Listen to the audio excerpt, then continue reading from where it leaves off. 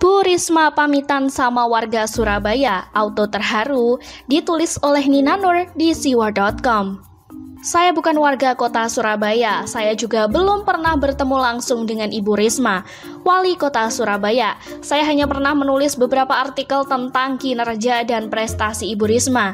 Begitu banyak yang sudah dilakukan oleh Bu Risma di Surabaya. Hasil kerja itu tidak pernah bohong. Berita, foto, dan video soal bagaimana kota Surabaya tertata dengan rapi, bersih, dan sejuk jadi bukti otentik hasil kerja Bu Risma. Tidak hanya itu buktinya, kota Surabaya pun banyak menyabet berbagai penghargaan di tingkat nasional maupun internasional. Hingga Bu Risma beberapa kali mendapatkan undangan sebagai pembicara di forum internasional. Semua pasti karena prestasi yang hebat, bukan sekedar ngomong kata-kata, ya kan?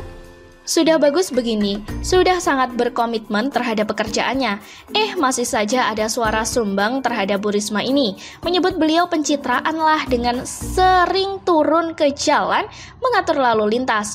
Juga karena dalam beberapa momen Bu Risma terkesan sangat emosional ketika menangis di depan publik. Ada pula momen ketika Bu Risma terduduk dan bersujud di depan warganya.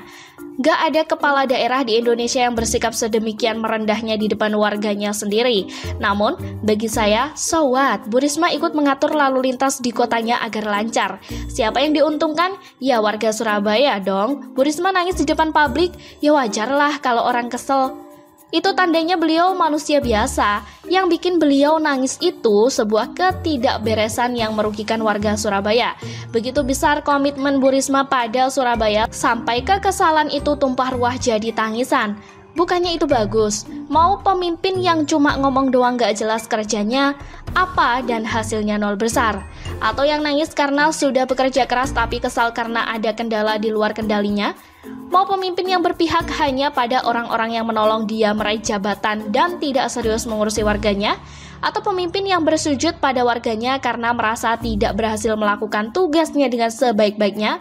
Standar kerja Bu Risma tinggi loh, dan tidak terasa masa jabatan Bu Risma di Surabaya tinggal beberapa bulan lagi. Saya kok jadi sedih ya, padahal itu biasa aja.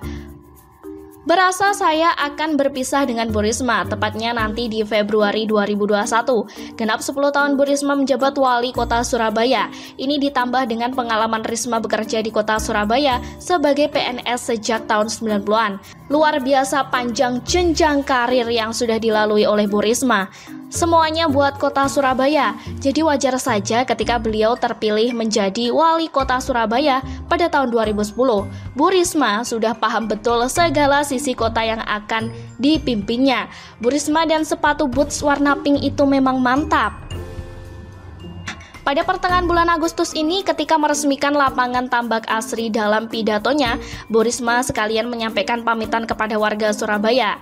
Bapak Ibu sekalian, saya ingin menyampaikan bahwa enggak sampai 1 tahun saya selesai jadi wali kota. Saya Februari selesai menjabat. Saya mohon pamit pada Bapak dan Ibu sekalian, kata Bu Risma. Bu Risma juga mengungkap soal dia pernah ditawari menjadi menteri, namun ditolaknya karena Bu Risma berkomitmen hendak menyelesaikan masa jabatan sebagai wali kota Surabaya.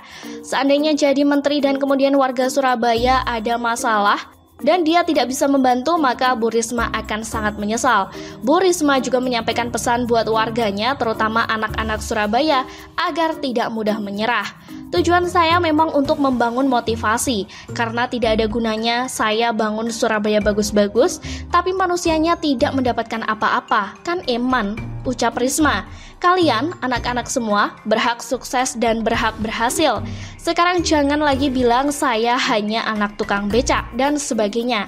Meskipun anaknya tukang becak, kalian masih bisa berhasil, asalkan kalian mau bekerja keras. Tidak ada yang tidak mungkin bagi Tuhan, asalkan kalian mau, ujar dia kepada anak-anak Surabaya. Bu Risma juga menyampaikan ide agar lapangan yang baru diresmikan itu nanti dimanfaatkan buat ekonomi warga ketika pandemi COVID-19 sudah selesai. Misalnya untuk mengadakan bazar murah setiap minggunya.